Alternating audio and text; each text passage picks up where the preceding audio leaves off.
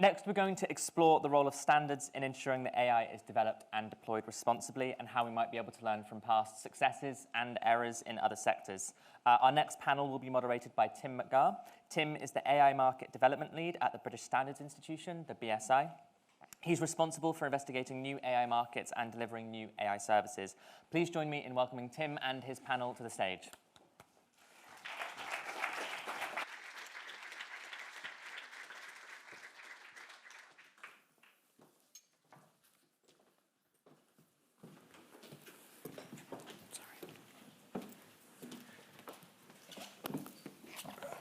Good morning. So welcome to this session on standards for responsible AI. So in terms of this session today, I'll provide a brief introduction, then introduce our speakers. They'll speak for about 5 minutes each, and then we'll have lots of questions from you, hopefully. So in terms of my background, as was briefly mentioned, I recently moved in BSI to a role as part of the team who are building up a AI notified body. We're also offering assessments and training for organisations to looking to get approval of their products and services currently. Now, I think that conformity assessment is very important in terms of demonstrating responsible AI, but the real thing that's going to drive responsible AI is standards. And as we'll cover later on, standardisation in AI has been going on for a long time. This is not something that's new, and right from the beginning, responsible AI has been a key driver of those standards. And I'm particularly keen and looking forward to the AI Management System Standard, ISO 42001, which is really going to put AI at the core of organisations and that whole responsible AI ethic at the core of organisations. And I think that will help with some of the things you already heard about today and yesterday. But prior to my current role, I was working as part of the team, mainly working very closely next door with the Alan Turing Institute to build the AI Standards Hub. The AI Standards Hub is a partnership between BSI, the National Physical Laboratory, the Alan Turing Institute, with some strong support from government mentioned in the white paper as well. And as part of the mission of the AI Standards Hub, it's about using standards to aid responsible AI. And some of the team are outside halfway up the stairs, so I very much recommend going and having a chat to them afterwards. So in terms of the panel today, we're going to look at standards for responsible AI from a number of perspectives. So shortly I'll ask Adam to speak. So Adam Neon-Smith is representing Dragonfly AI and the British Computer Society, and he'll provide an overview of the standardisation to date. I'll then hand over to Hollie Hamblett, who's from Consumers International, who's going to take much more of a consumer perspective on how consumer voice has been brought into standards. Then over to Chanell Daniels from the digital Catapult, who take more of a business perspective on how standards are helping organisations deploy and also use AI. And finally, Cristina Muresan, who's going to represent IEEE today, and we'll be talking a bit more about a specific area around procurement and how standards can help in that particular perspective. Adam, do you want to start off, please? Sure. So like many people, I've been working on AI safety for more than 5 years, and I'm talking about the here and now AI, which is really what standards are focused on. I got involved in standards because I was leading a team that was developing a machine learning-based system that was allocating work to employees. And we became aware of the risk of bias in the system. And to work out how to deal with it, I had to go and read 30 or 40 research papers to understand the appropriate mitigation techniques. And I knew none of my peers in industry would kind of do that, or not many anyway. So I started to look for where there was consensus being built within industry based on the research, and I found IEEE and ISO IEC were the two places where that was happening. So I started to get involved. And I think standards are really important when we look at governing AI, because there's a political element to it, there's a legal element to it, and there's also a technical part to it. And I think standards underpin that technical part. So what do I mean when I talk about these standards? I mean an agreed way of doing things. An agreed way of doing things that's built through a formal means of multi-stakeholder consensus involving industry, trade unions, consumer associations, academics, and more. These can be management standards, like the one Tim was just talking about that comes out, I think, in January, which is how to deploy responsible AI across your organization. They can be technical processes, like requirements and guidance for testing your AI systems, or requirements and guidance relating to bias in AI systems. And those are very advanced projects. You might also see standards around product safety, and that's very much the focus in Europe for AI. You don't put a fire extinguisher on the market without complying with a product safety standard. The other use for technical standards is interoperability. Things like Bluetooth and Wi-Fi wouldn't exist if we didn't have some form of standardization.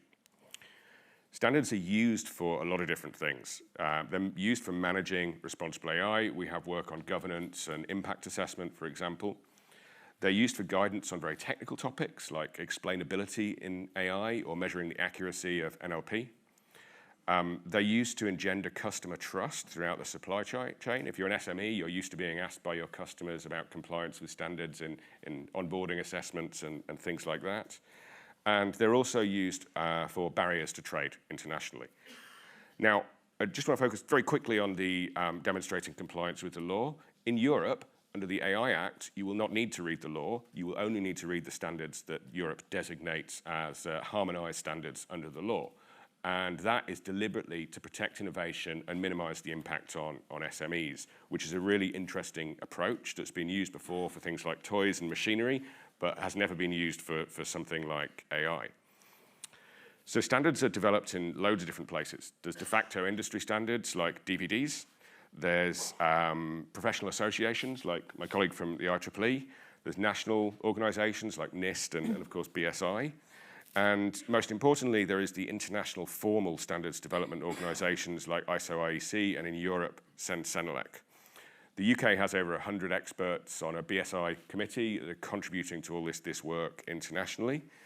And it's a much more advanced process than I think a lot of people are aware of. I think as a takeaway from this briefly, a lot of the technical work is actually well underway in the standards community. And really what we're seeing at the moment, I think, is the political and legal spheres catching up with that. Thank you. Thank you very much. Hollie? Thank you. So when thinking about AI standards, the ideal outcome that consumer rights advocates like myself envisage is a world where AI not only transforms industries, but also safeguards and empowers consumers. And international standards are one path that we can take to make this happen. They can guide the development, the deployment, and the ethical use of artificial intelligence, and make sure that consumers are not only considered, but protected and empowered. And this protection and empowerment is crucial. I say this at every event that I speak at, but unfortunately, consumer rights really are just considered in a lot of industries, and this is an afterthought, not really embedded within the products and services as a foundation. So this is something that standards can really help with. And what we should focus on within that is protection as a foundation and empowerment as a goal as well. So as a foundation, standards should protect and complement the existing consumer rights frameworks that we have already by providing another layer of commitment that these products and services will be designed with consumers in mind. So if we take things like privacy, for instance, this is a key concern in AI, and standards can set the stage for guiding how data is collected, stored, and used within AI systems. And then additionally, the standards can advocate for privacy and confidentiality, so it'll not only offer that guidance on how to use the data, but it should make sure that those principles and considerations are included as well. And then within this, we also have security as a key facet. Standards can recommend the uptake of robust security for AI systems and ensure that consumers are safeguarded from potential cyber threats and data breaches, nurturing a safer digital environment. And it's not just about locking away data, it's about shining a light on the decision-making processes of AI. Here, standards can encourage transparency and explainability as equally pivotal. So consumers should have the chance to understand why and how certain decisions have been made or they've occurred, and this is in line with that right to information that all consumers have. So in doing so, we can stimulate trust and responsibility in the AI ecosystem, which will subsequently foster an environment of accountability as well, which is equally important for consumers. So beyond these foundational defensive measures, standards can and should encourage the empowerment of consumers through knowledge and participation. So they can enable consumers to make informed decisions by promoting clear communication about AI's role in products and services. And this education and awareness empowers consumers as it encourages them to engage more consciously with AI and the digital realm more generally. So they're more informed, they're better able to make these decisions and understand how they're coming about. And to support this further, standards can advocate for fairness and increased accessibility. In AI design, we can prevent discrimination, we can ensure equitable access for all, and that mitigates any backgrounds or identities and make sure that it's fair use for all. And then a final and key component of this empowerment aspect is redress. So when things go wrong, as they sometimes do, standards can provide almost a safety net. They can offer guidance for consumers to seek redress in case of any harm caused by AI. And the standard itself should encourage any mechanisms to be implemented to ensure that access to redress is as easy for consumers as possible. This can enhance accountability and responsibility in return, and this is of developers and providers, and reinforce consumer trust in the market, which is what we all want. So the pillars that we should build these standards on are innovation and trust. We should encourage ethical innovation, and it should be consumer-centric design. So we want to foster a relationship of trust between consumers and AI-driven technologies. And why this matters is that standards can serve as that bridge between the technical prowess of AI and the ethical responsibilities towards consumers. By adhering to guidelines, we can create a world where AI not only propels innovation, but does so while protecting and empowering every consumer. So key takeaway from this is that standards can be the future where AI and consumers coexist harmoniously. We should embrace standards not as any constraints, but as guiding stars, steering AI towards a world where innovation thrives, consumers are protected, and empowerment becomes the cornerstone of the digital landscape.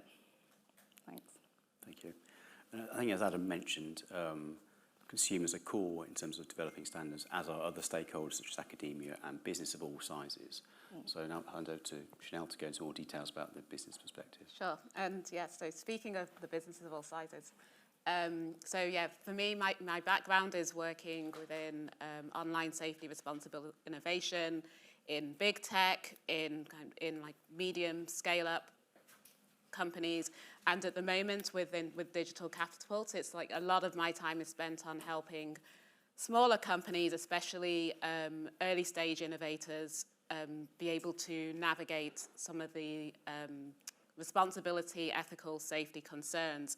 And while on one hand, we, of course, as a society, as a government, as an economy, we do recognize the huge impact that AI-driven technologies can have, not just on things that might be in the news, like things that might be coming out in terms of chatbots or, what's happening in the online space, but for a lot of the organizations we work with, we're also talking about companies that are looking at applying the technology to help to solve agricultural problems that can help with food security, or within education and how this can help with inclusion for children that might have different communication needs and things like that. How it could be helping organizations within construction, the creative sector, like so many different sectors that are looking to be able to do more, with a lot of projects that are really being driven by people that really want to make a very significant impact to help their communities, to help other parents that have had children go through the same challenges they have. And at the moment, there is the push for them to be able to experiment with the technology, to try to, once they've really found a good fit, to try to be able to scale and have that go to the market as soon as possible. But at the same time, there is also a huge amount of concern and anxiety that is growing with businesses on just knowing, what do I need to do to get this right? Like, what does good look like for my particular application? And trying to rely on media or policy papers that are written with different applications of AI in mind, say, for example, things that might be targeting more of the OpenAI type products, is not necessarily helping them to navigate that problem. it's a different challenge than things we hear about a lot. Like typically it's seen as being, a need to be pushing businesses to do more. But what I can say from, working in this environment in large organizations as well as in smaller ones, it's an incredibly hard job to do. And especially if you're small and you have very limited resources at your disposal, you're trying to advocate to get kind of more resources that you need from investors at a very early stage. Having something that can set a very clear expectation on what good and responsible looks like for you is completely invaluable. It actually takes away a lot of the challenges with innovating and being able to persuade other stakeholders that you might be interacting with and where you might need support, or showcasing how you have done something well to help safeguard some of your potential end user needs. Thank you. And finally, over to Cristina to talk about one specific example of a standardization in terms of procurement. Thank you.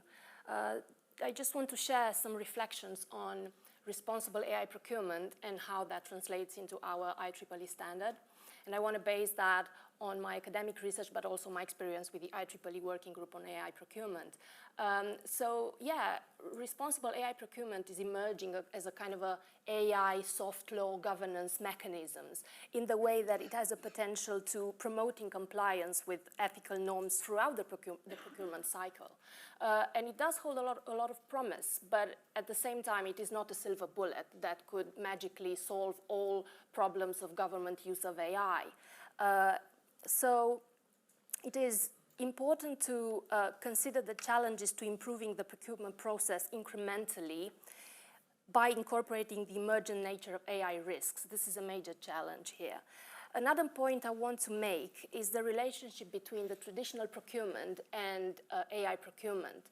There's a lot of regulation and standards focused on procurement, and we should build up on that. But at the same time, we should consider how traditional procurement steps are being challenged by, in the case of AI procurement, in the way that AI systems encode policy choices, inherently so.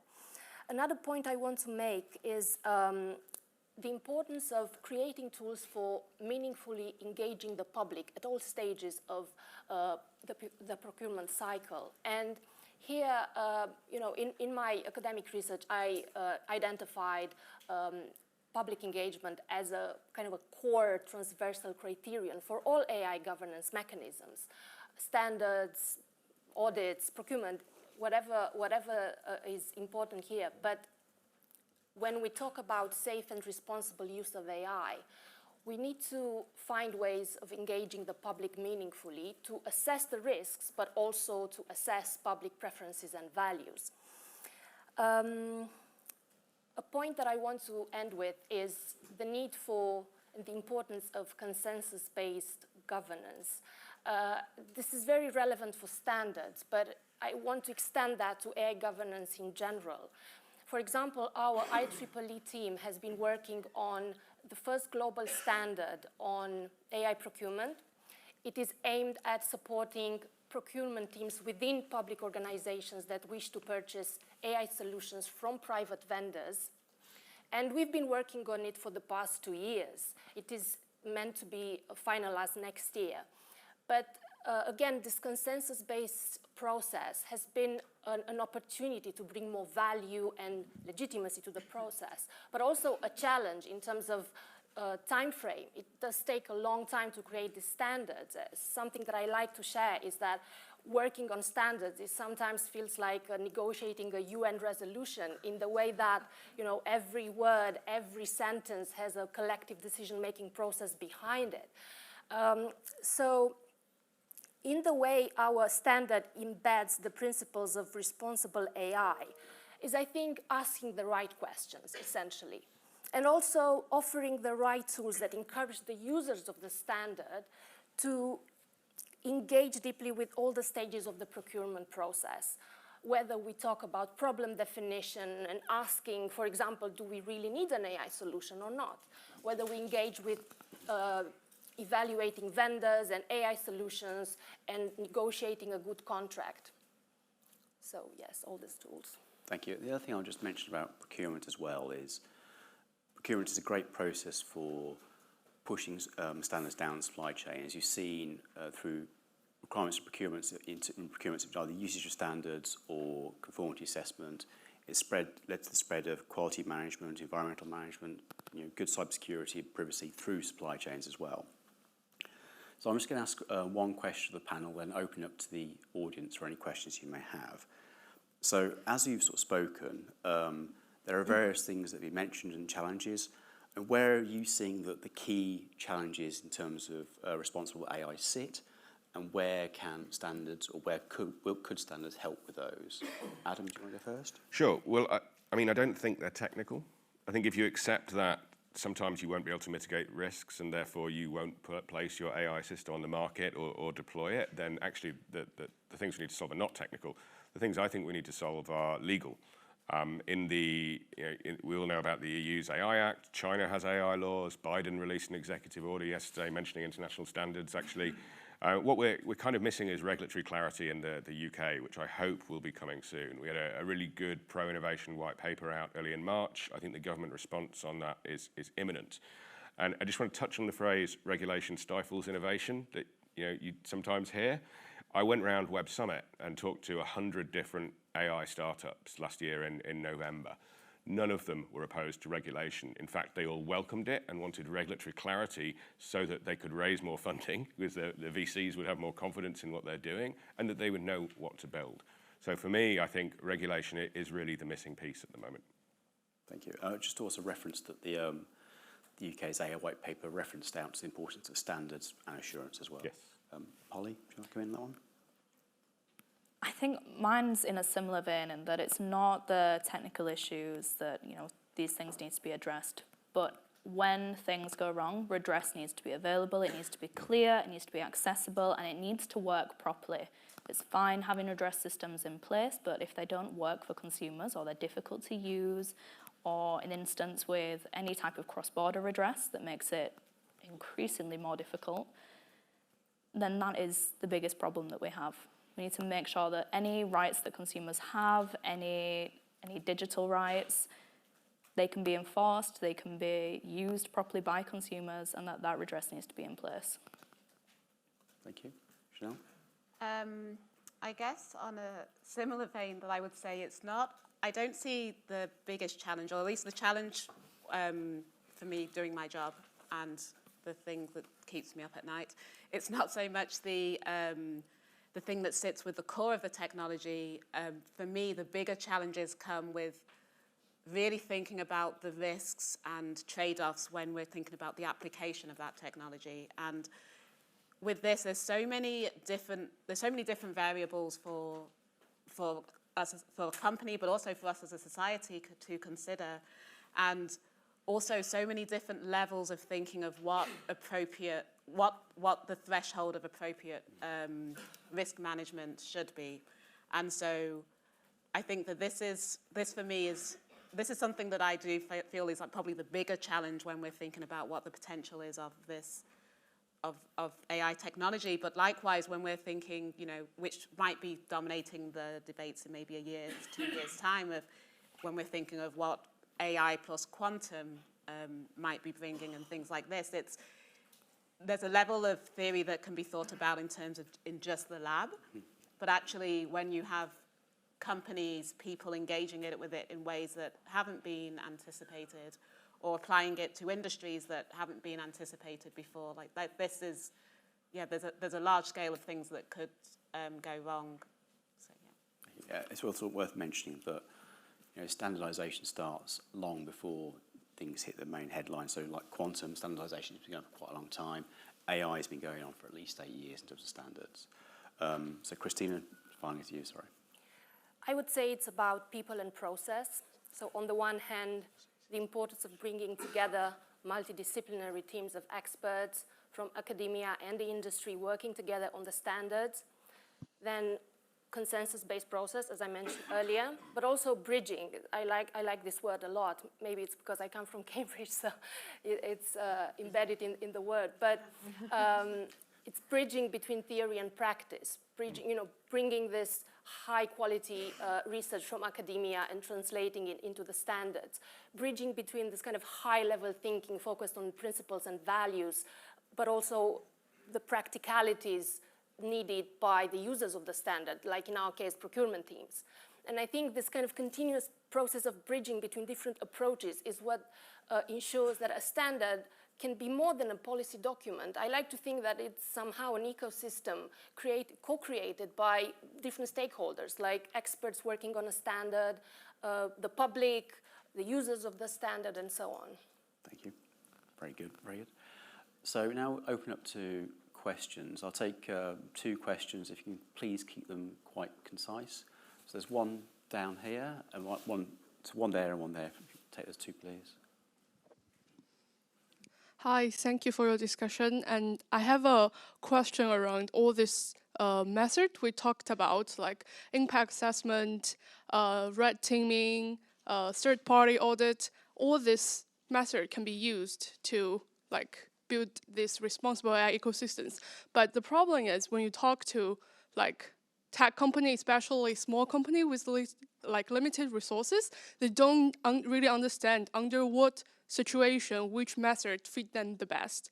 And I just want to know how this process of establishing standard take all this into account so they can help this company to navigate this landscape more efficiently. Sorry, I forgot to ask, what's your name and organisation, please? I'm Yulu from University of Warwick. Thank you. Second question down here, please.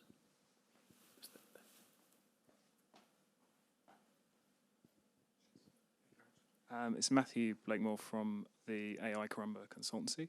I'm a member of the BSI AI committee and the ISO AI committee, but one of the things that I would say that became very clear to me over the last 4 years is that I wouldn't have been able to navigate that ecosystem very well if it were not for the help of Julian Padgett, the University of Bath professor. And I think it's a very complex system. And so when we're talking about engaging with the public, the number of acronyms that are used, the number of numbers to talk about documents rather than the names of them, it just makes standards so inaccessible to people. And so what I want to see is a way of us actually making standards more welcoming, making the meetings more welcoming, because I think it's incredibly scary for an SME when they sit in the meeting and then suddenly we're talking about acronyms and numbers and they're all just like, what is going on? So I think that's a really key thing because the work that we do in the standards bodies is so important. So who would like to come in first on those 2 points? I can take the second point. Okay. That's helpful. Julian's great at this. I know him well. I've deliberately tried not to use any 5-digit numbers or acronyms when I'm talking about standards because it's a wealth of complexity. And there are hundreds and hundreds of pages of rules. Even the definition of consensus itself is extremely complex. And that is the standards development side. The resulting work is obviously designed to be very consumable by people like businesses. But you're right, because a lot of the organizations that represent diverse viewpoints don't have the resources to learn all that.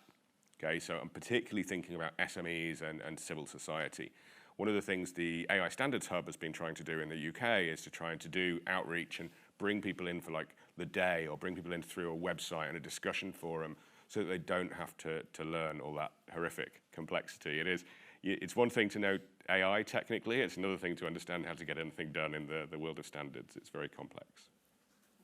If I may just add to that point. So I am kind of trying to translate my academic research into an appendix on public engagement that is included in our standard. And one proposal that I've been thinking about is how to encourage AI literacy to that point.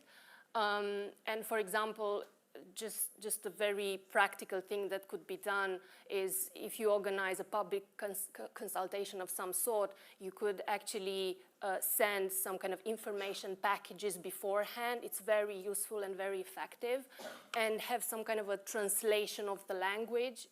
Overall, I think we need AI translators in the whole ecosystem. But yeah, that's just one idea that could be done.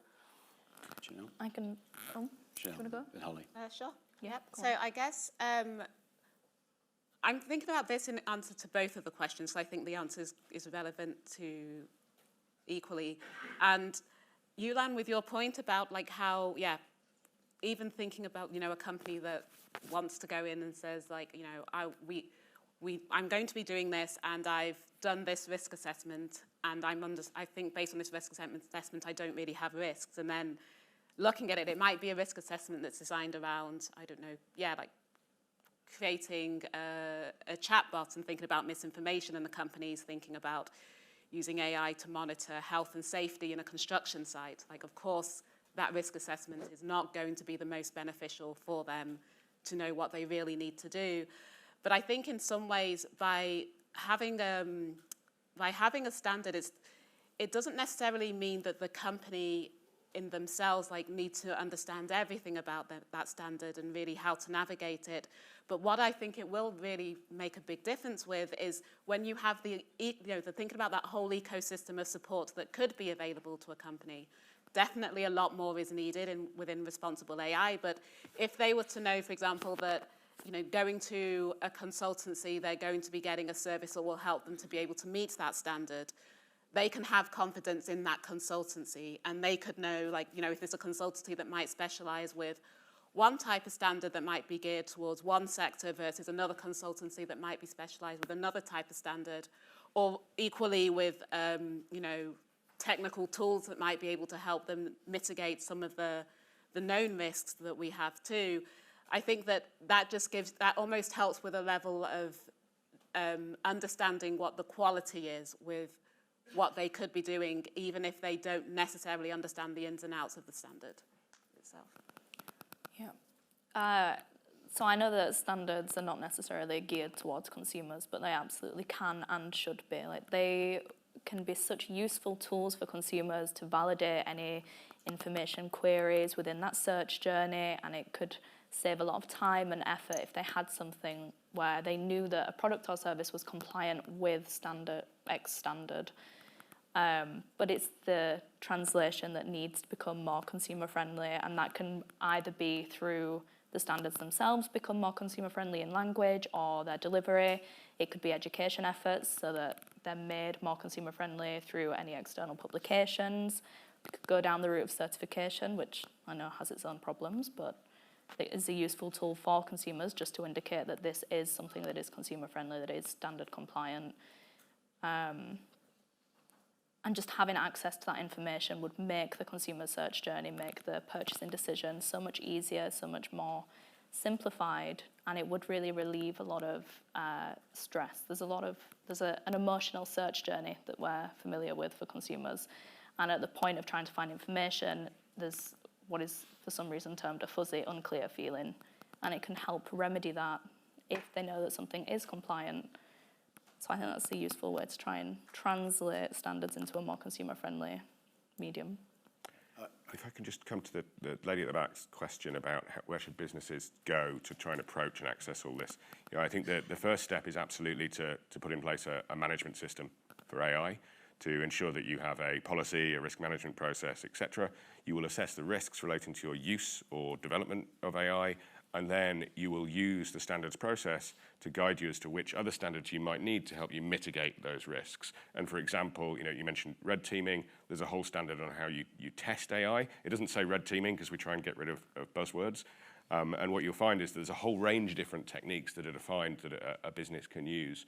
So the starting point is to put in place the AI management system, and that will lead you down the path of looking at other thematic standards that focus on the risks that are present in your business.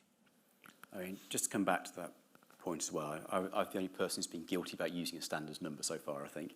But the reason I referenced it, which is the management system standard, I believe it's going to be one of the big standards around AI that's used alongside, say, 9001, which is used across manufacturing around the world. But in terms of the points about making standards accessible and making committees accessible, it's down to the standards bodies. It's both about, great initiatives like the AI Standards Hub, but also the standards bodies themselves, doing webinars, making it easy to find the work, and also when people come into the committees that they don't get put off by acronyms, because we want to get new blood coming in. We want to get a really diverse set of stakeholders across all areas. So, any other questions? We'll again take 2 more questions and we'll cover them off. So, one here towards the front.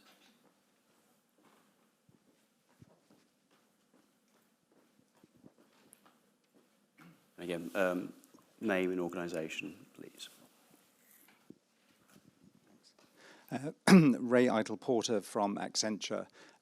Do the panel think that that we will see the emergence of a standard or a set of standards which are globally recognised, which would make life a bit easier if there was sort of one to focus on? And if so, where do the panel think that might come from? Who wants to come in first in this? Cristina? Just want to reiterate that, as I mentioned earlier, our IEEE group has been working on a global standard on AI procurement for the past 2 years, and hopefully next year it will come into force. Of course, ours is specifically focused on procurement, but as far as I know, there are others coming up.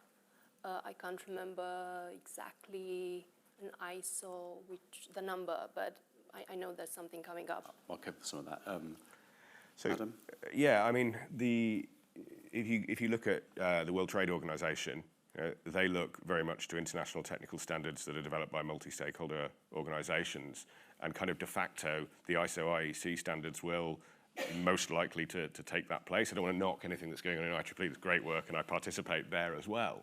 But I think the global acceptance will come from ISO IEC, and throughout, for the last 5, 6, apparently 8 years, we've been working with countries all around the world, even countries that, we're in conflict with, frankly, are participating in developing these standards.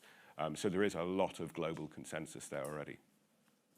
Yeah, and I think there was something that we're noticing a lot more recently as well is how even if people are not using the language of standards and standardization and certification, what we do know is that within businesses, they're looking for something that can help them to say, this is what we're targeted at, this is what we should be assessed against, this is what we should be hiring people to be able to do, just something that can be there. And likewise, when businesses are actually developing their new innovations and actually also going out to test it, even at the very, very early stages, where we can definitely still see this as being research and development and very initial customers for feedback, the customers are really looking for some way for the business to be able to show that they have met some level. And again,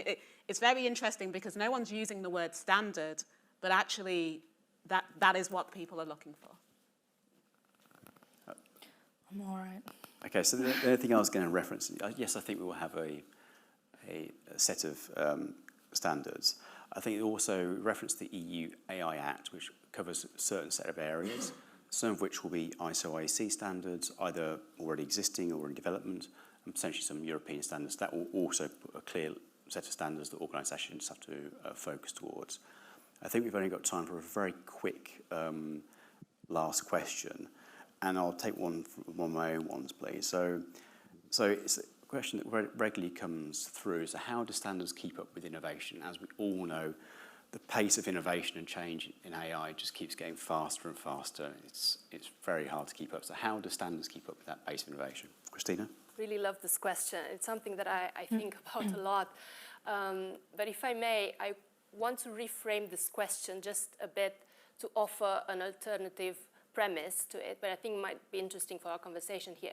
So instead of asking how standards could potentially keep up with innovation, we could also ask how could innovators already use standards now to benefit both market and the public in safe and responsible ways, right? So for example, in our IEEE standard, we have 4 components: problem definition, vendor and solution evaluation, contracting, and post-procurement.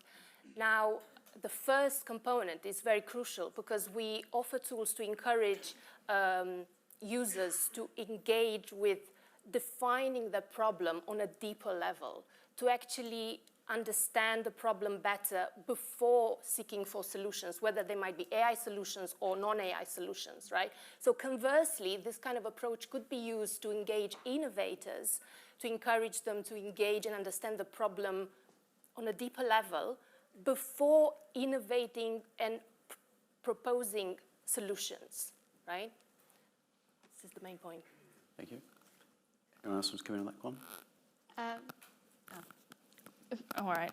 I think that consumer rights can really help as a foundation here. So, you know, we have the UN guidelines for consumer protection, which all consumer advocates hold as absolute key.